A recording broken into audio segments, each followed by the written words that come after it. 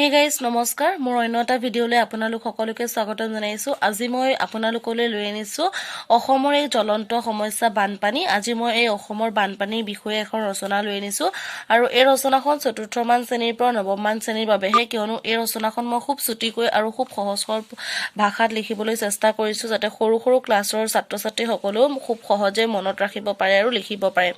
সেই কাৰণে মই ইয়াতে লিখি দিছো চতুৰ্থ মান শ্ৰেণীৰ পৰা নৱম মান শ্ৰেণীৰ বাবে, কাৰণ দশম শ্ৰেণীৰ বাবে অকনমান ইয়াতকে বহলাই লিখিব লাগে, তেতিয়াহে সম্পূৰ্ণ নম্বৰটো পোৱা যায়। গতিকে এইখন অকল নৱম মান শ্ৰেণীৰ মানে চতুৰ্থ শ্ৰেণীৰ পৰা নৱম মান শ্ৰেণীৰ বাবেহে, ঠিক আছে। তেন্তে বলক আৰম্ভ কৰো অসমৰ এই জ্বলন্ত সমস্যা অসমৰ বানপানীৰ বিষয়ে। আপোনালোকে অসমৰ বানপানী আহিলেও এইখন ৰচনা লিখিব পাৰে বা অসমৰ এই জ্বলন্ত সমস্যাৰ বিষয়টাৰ ওপৰত লিখা বুলি ক'লেও এখন লিখিব পাৰে। তেন্তে আৰম্ভ কৰো বলক। প্ৰথমতে অসমৰ বানপানী চতুৰ্থ শ্ৰেণীৰ পৰা নৱম শ্ৰেণীৰ বাবে আৰম্ভণি মই লিখি লৈছো। অসম এখন নদী প্ৰধান ৰাজ্য। ব্ৰহ্মপুত্ৰ, বৰাক এই দুখন ঘাই নদীৰ উপৰি বহুতো সৰু বৰ নৈ আছে। জান-জুৰিও অসংখ্য। বাৰিষা সময়ত এই নদীবোৰ উপচি পৰে। খৰালিও বহুতো নদীৰ পানী নুশুকায়। বাঢ়নি পানীৰে নৈবোৰৰ দুয়োপাৰ বাগৰি যায়, ফলত নৈৰ দুয়োপাৰৰ বিস্তীৰ্ণ অঞ্চল বুৰাই পেলায়। এনেকুৱা পানীকে বানপানী বুলি কোৱা হয়। আমি ইয়াৰ পৰা গম পালো বানপানী কাক বোলে। এতিয়া আহিছো ক্ষতি। বানপানীয়ে আমাক কি ক্ষতি কৰে? বানপানী ক্ষতিকৰণত লিখি লৈছো। বানপানী হলে সমগ্ৰ সমতলীয়া ঠাইবোৰ যেনে গাঁও, ভূঁই, নগৰ, চহৰ, খেতিপথাৰ, বাট পদূলি আদি পানীৰে একাকাৰ কৰি পেলায়।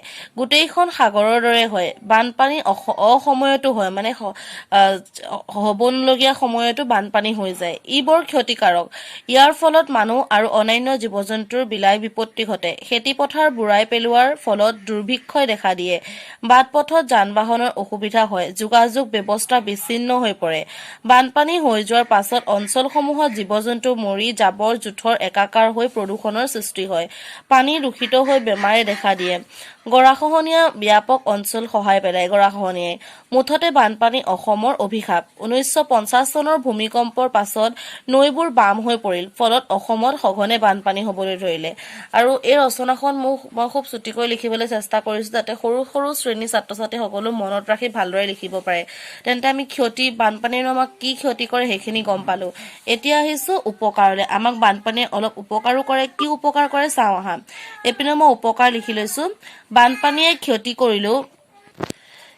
কৰিলেও উপকাৰ নকৰা নহয়। বানপানীৰ ফলত খেতি মাটি পলস পৰি উৰ্বৰা হয়। নৈ বিলত মাছ পুঠি সোমাই উভৈনদী হয়। আগতে বানপানীয়ে সিমান অপকাৰ কৰা নাছিল যদিও বৰ্তমান ইয়াৰ উপকাৰতকৈ ক্ষতি বেছি হৈছে। উপকাৰ আমাৰ খুব কম আৰু অপকাৰ ইমান বিলাক। গতিকে বানপানীয়ে উপকাৰ খুব কমেই কৰে আৰু বৰ্তমান উপকাৰতকৈ ক্ষতি বেছি কৰে, ঠিক আছে। এতিয়া আহিছো প্ৰতিকাৰ, মানে বানপানী আমি ৰখাবলৈনো কি কৰিব লাগে। বানপানী প্ৰতিকাৰৰ বাবে প্ৰথম নৈবোৰত মাথাউৰি সুব্যৱস্থা কৰিব লাগে। জীৱ-জন্তু আৰু মানুহে বানপানী হলে যাতে ওখ ঠাইত থাকিব পাৰে তাৰ বাবে দ অঞ্চলবোৰত মাটিৰে ওখ ভেটি সাজিব লাগে। বানপানী হোৱা অঞ্চলত খোৱা-বোৱা বস্তুৰ যাতে নাটনি নহয় তাৰ ব্যৱস্থা কৰাৰ প্ৰয়োজন। চিকিৎসাৰো ব্যৱস্থা আগতীয়াকৈ কৰা ভাল। আমি এইখিনি প্ৰতিকাৰ কৰিব লাগে। এতিয়া আহিছো শেষত সামৰণি। বৰ্তমান বিজ্ঞানৰ প্ৰগতিৰ যুগত বানপানী বাধা দিব নোৱাৰাটো খুব দুখৰ বিষয়। সেইবাবে বানপানী বিজ্ঞানসন্মতভাৱে বাধা দিব পৰা ব্যৱস্থা চৰকাৰে আঁচনি ল'ব লাগে। ৰাইজেও সেই কামত সহায় কৰাটো উচিত। গতিকে মই খুব কম ভাষাত আৰু খুব চুটিকৈ বানপানীৰ ৰচনাখন লিখিছিলো। সেইকাৰণে মই প্ৰথমে কৈ দিছো চতুৰ্থ শ্ৰেণীৰ পৰা নৱম মান শ্ৰেণীৰ বাবেহে এই ৰচনাখন, কাৰণ দশম শ্ৰেণীৰ ছাত্ৰ-ছাত্ৰীসকলে SLC এক্সাম বিলাকত যদি এইখন ৰচনা আহে বা জ্বলন্ত সমস্যাৰ বিষয়ে আহে তেন্তে ইয়াতকৈ অকণমান বহলাই লিখিব লাগিব। গতিকে আশা কৰো এই ভিডিঅ'টোৰ পৰা তোমালোকে বহুতখিনি উপকৃত হ'বা আৰু এনেকুৱা ভিডিঅ'বিলাক পাই যাবৰ কাৰণে মোৰ চেনেলটো ছাবস্ক্ৰাইব কৰিবা। কাষতে থকা বেল আইকনটো প্ৰেছ কৰি অল কৰি দিবা যাতে আগতীয়াকৈ এই ভিডিঅ'বিলাক মই দিয়াৰ লগে লগে যাতে আগতীয়াকৈ তোমালোকে পোৱা, আৰু কমেণ্টত কমেণ্ট কৰিবা কেনেকুৱা লাগিলে। Thank U.